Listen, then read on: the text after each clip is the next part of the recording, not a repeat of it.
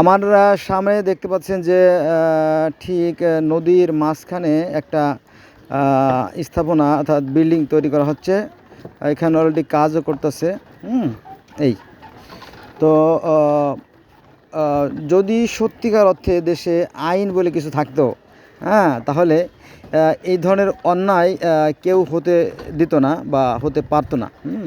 কারণ এটা হচ্ছে সরকারের সম্পত্তি অর্থাৎ জনগণের সম্পত্তি। আপনি দেখতে পাচ্ছেন, স্পষ্ট দেখা যাচ্ছে, তাই না? এই যে এগুলো এগুলো এগুলো এগুলো অন্যায়ভাবে করা হয়েছে। তারপরে আরেকটা বড় একটা বিষয়, যে সামনে ওই যে বহু দূরে আপনার যে কালভার্ট দেখা যাচ্ছে, আরেকটা কালভার্ট, তো সেখানেও নদীর ঠিক মাঝখানে একদম নদীকে বন্ধ করে ফেলাইছে। এত বড় বিশাল নদী, আমার মনে হয় 500 হাত লম্বা হবে, আড়ে মানে দৈর্ঘ্য হবে, দৈর্ঘ্য না প্রস্থ আর কি 500 হাত হবে। তো এটাকে নষ্ট করে দেওয়া হচ্ছে। ঠিক এই ডাইন পাশেও যে ভদ্রলোকরা বাড়ি করছে, এরা বেশ বিত্তবান, এরা এই নদীগুলোকে ধ্বংস করে দিচ্ছে। এটা আমাদের জন্য কখনোই শুভকর না। আরও একটা বিষয় আছে যে ময়লা, যত ধরনের ময়লা আছে, এটা কিন্তু পানিতে দিয়ে এই পানিকে অপবিত্র করে ফেলা হচ্ছে। অথচ এই পানি হচ্ছে মহাপবিত্র।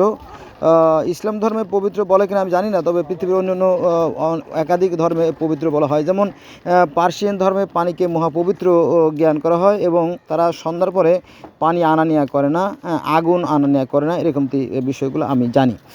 তারপরে সনাতন বা হিন্দু ধর্ম পানিকে মহাপবিত্র জ্ঞান করা হয়, কারণ সেখানে গঙ্গাতে ফুল চন্দন দেখবেন তারা ছিটায় বা ছাড়ে, তো সেখানে পানিকে তারা নষ্ট করে না। কিন্তু আমরা কোন বুদ্ধিটি, কোন ধর্মজ্ঞানে, কি কারণে, কেন, কী বিষয়ের উপর ভিত্তি করে যে আমরা এভাবে এই সুন্দর পবিত্র পানিকে অপবিত্র করে ফেলছি, সেটা আমার বোধগম্য নয়। দেখতে পাচ্ছেন রাশি রাশি আরও আছে। এদিকে আমরা বাম দিকে দেখি,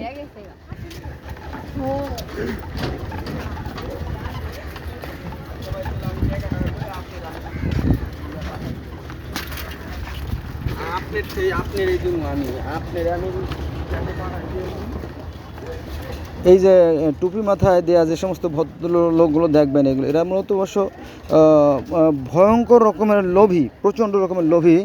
ওরা হচ্ছে মাগিখোর আর কি। ওই জান্নাতে যে 72টা হুর পাবে, ওই লোভ লালসা।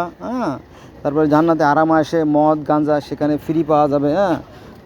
সেখানে পৃথিবীতে যে সমস্ত জিনিস অবৈধ, সেখানে সেগুলো অবৈধ করে দেওয়া হবে। এরা খুব লোভী, ওই লোভে ওরা এই সমস্ত বেশ ধারণ করে। কিন্তু প্রকৃত সত্য হচ্ছে এই যে আমরা এই সুন্দর পৃথিবী, এই স্বর্গের মতো সুন্দর পৃথিবীটাকে আমরা নরক করে ফেলতেছি। অথচ পবিত্র কোরআন শরীফের সূরা আল বাকারা 30 নম্বর আয়াতে বলা হয়েছে যে জান্নাত পৃথিবীতেই ছিল। কারণ আল্লাহ পাক বলতেছিল, হে ফেরেশতারা, আমি পৃথিবীতে খলিফা প্রেরণ করছি। কোথায়?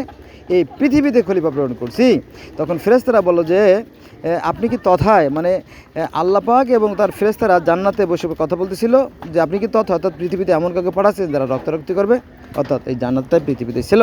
আর এটা ছিল আপনার ইরাকের আশেপাশে ইউফ্রেটিস, টাইগ্রিস, সিমন, জিহন বা দজলা, ফোরাত যে নদীগুলো আছে তার আশেপাশে জান্নাতটা ছিল। তো সেই জান্নাতের মতো সুন্দর পৃথিবীটাকে আমরা নষ্ট করে ফেলছি। এজন্য আল্লাহ পাককে কোনো দায়ী করা যাবে না, এটা আমাদের পাপের প্রায়শ্চিত্ত।